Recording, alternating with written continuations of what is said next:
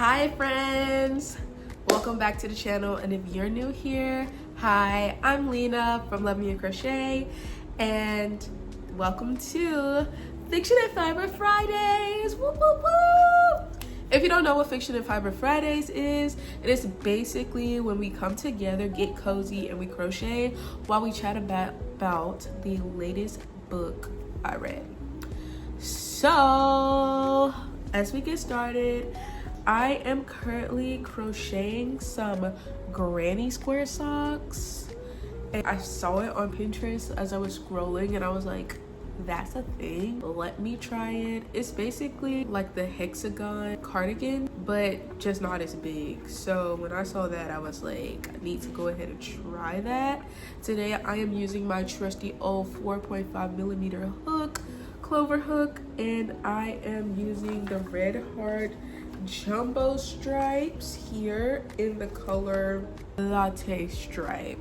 So with that, we are talking about the Zodiac Academy, The Awakening by Caroline Peckham and Susanne Valenti. This is one for, I don't even know. I just want to go ahead and get started. So if you're ready, like I'm ready, let's dive in.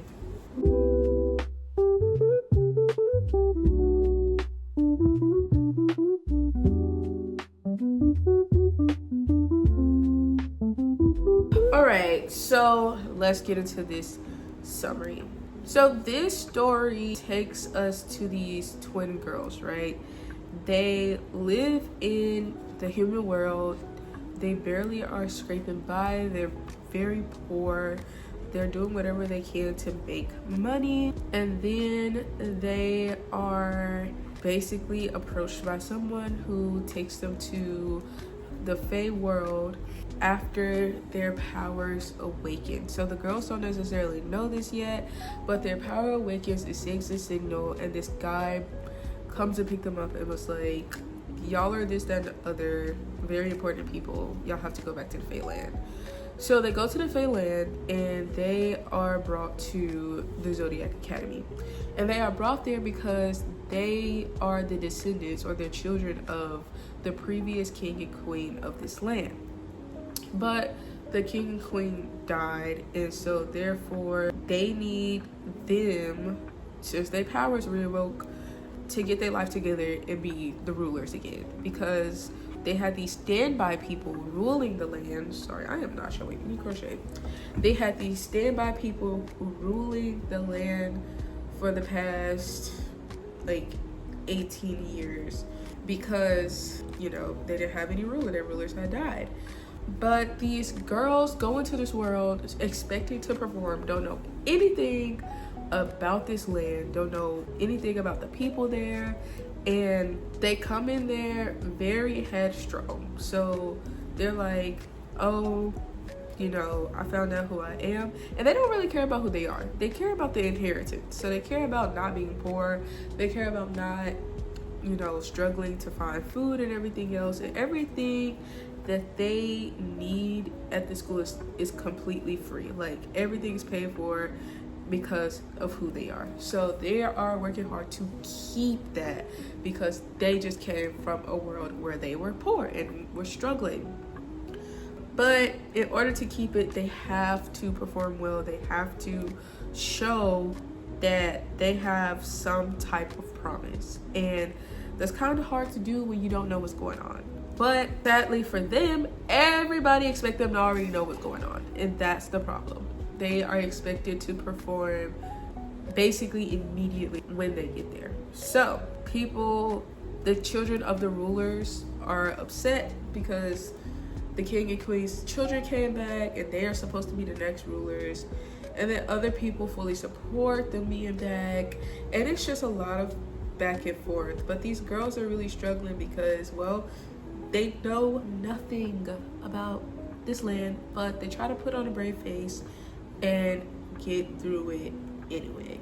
Now, this is a summary with a little bit of spoiler, but it's more so like a good summary. It don't tell you what happened I haven't spoken about like any crazy tea. So yes, that is basically the summary of this book.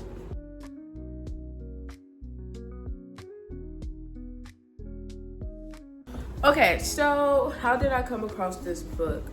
Well, doom scrolling on YouTube, just pressing random videos, and I came across this girl. I need to write these video names.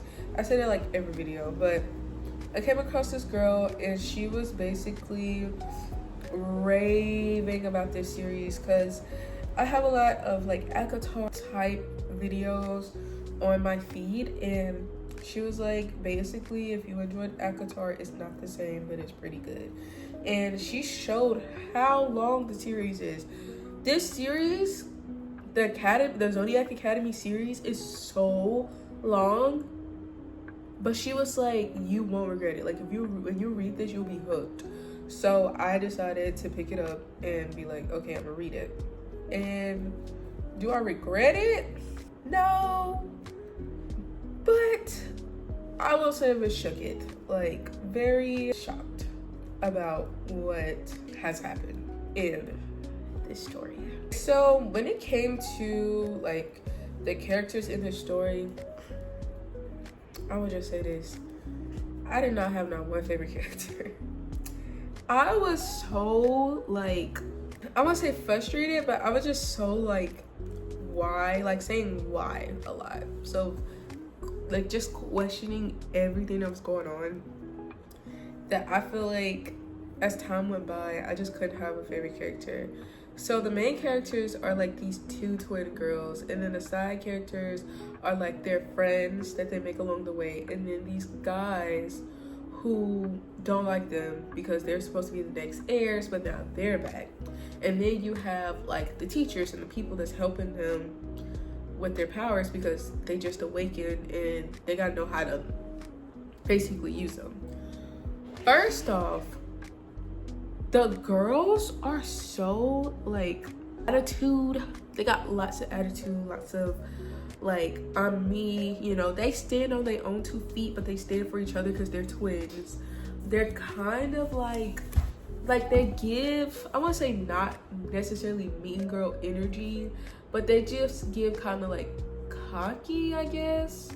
But I understand the need to like make sure you have like a good head on your shoulders, because I mean everybody is gunning for them like immediately. Like people are just trying to talk trash, but at the same time, like I don't think their attitudes do them justice. But once again, it's probably not a good idea for them to be like sucking up to those around them. So it's like they are themselves. Like think of like Bryce from like Crescent City, or like Nesta from ACOTAR. Like they're not exactly like them, but they just have that like strong personality, right? Like I just personally am not like the super strong personality type, but just think of it like that. So they have that going on,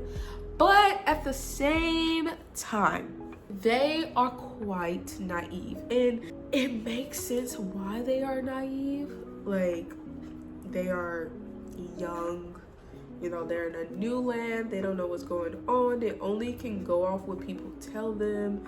Like I get it, like okay, this is a setting where like being naive kind of makes sense, but then again, like some of their naive moments can be avoided. Like if somebody's bullying you, maybe not make out with them, you know? Like if this person has a history of literally trying to set you up and put you in unsafe situations, maybe not try to bed them. Or if they got a girlfriend, maybe not try to be a homewrecker. Like just simple things that can't be avoided. The guy, they are so threatened immediately. Like y'all need to be going now. Now I know they have like very powerful powers, like I get it, but like some of the stuff they did was just downright raw, like crazy dirty. Like, who even came up with this? Why do you think this is a good idea? How would you feel if they did that to you, like, even as a bully? I just felt like it was insane, just the type of bullying they were doing. And they were like placing ownership on them, like having certain people do certain things, embarrassing them on crazy levels. It was honestly ridiculous, and it's just like, how did we even get here? But then, like, the things that they did to them get me back looking at the girls, like, and you were like into them after all of that? Like, are you immune to red flags? Like, what is going on? What is going on? So that's that. Another thing that got me was the way that these people can like source their energy to help their powers. It was more so like, excuse me, is this really it? It is one of these, like, it's very unique. Like, you do not see a lot of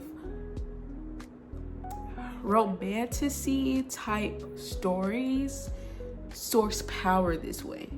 And the basis is they pretty much use each other to get their powers. And that is so vague to say, but it's like the way they use each other that just made me personally so uncomfy. Like, I was just like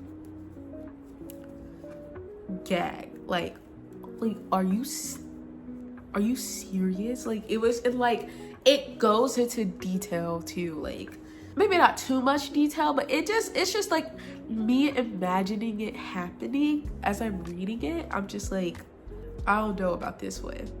I don't know about this one. This is insane. So I feel like the girl that I found this video from, you know, the uniqueness of the story may be the reason why she really, really enjoyed this book. And I commend her for it. But the way it ended, I have to read the next one. And this series is so long. So like, you may see more videos about this series on this channel, just because, well, now I have to read the other parts because I just do. Like, I just can't like give up in the middle of a series. Okay, I can, but it's definitely something. So yeah. So final thoughts. My final thoughts are, it was nasty. It was crazy. My version of nasty is not the same as everybody else's. I'm a bit of a like queasy type of person, so I just feel a little bit uncomfortable with where this was going. But the storyline was okay. I would say the storyline was okay.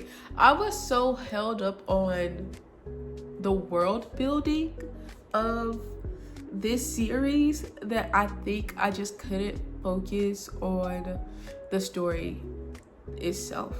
And the crazy thing, and this is the last thing, the crazy thing too was the lack of boundaries with the teachers. That was just the nail on the coffin for me. I was like, where are the boundaries? Why is the teacher acting like the kids? Why is the teacher doing the same things? What is this gonna turn into where she falls in love with her teacher? Please. But she's 18, so I can't really say much, but like, she's a kid.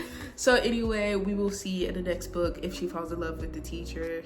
I hope not, but we will see. But yeah, so those are my final thoughts. As far as ratings, I gave this book a 6 out of 10. I have no doubt that this series is probably good. I honestly think that once I get past all the wildness of the story building and of the girls being so freaking naive and everything, like once I get past that, I feel like if they could make the series as long as it is, and I can't even tell you how long it is off the top of my head, but basically go look it up. Like, it's so many books. So to make a series as long as it is, it has to be a banger. So I'm gonna not count this series out. I'm gonna definitely keep reading and give it a fair shot, because sometimes the first book is there to set you up for the craziness that happens. Like ACOTAR is one. Like after the first book, we was like, oh wow, this was good, okay, this is cool. And then we get to book 2 and we're like, oh, I was expecting that, you know? So I just feel like that's what type of series this might end up being. So hopefully the second book just really knocked me off my socks. Out my socks. And yeah. So with that, this is the end of the Zodiac Academy, The Awakening. Let me know if you read this one, or if you have any book recommendations that I should read while I crochet next. If you enjoyed this cozy combo of reading and crocheting and yapping, please give this video a like. And if you would like to see more or continue to be part of this fan base of books and crochet, please consider subscribing to this channel, and please click the notification bell so that you can get notified every single time I upload. And with that, I would like to say, have a great day. I hope you smile today, and I'll see you in the next one. Bye.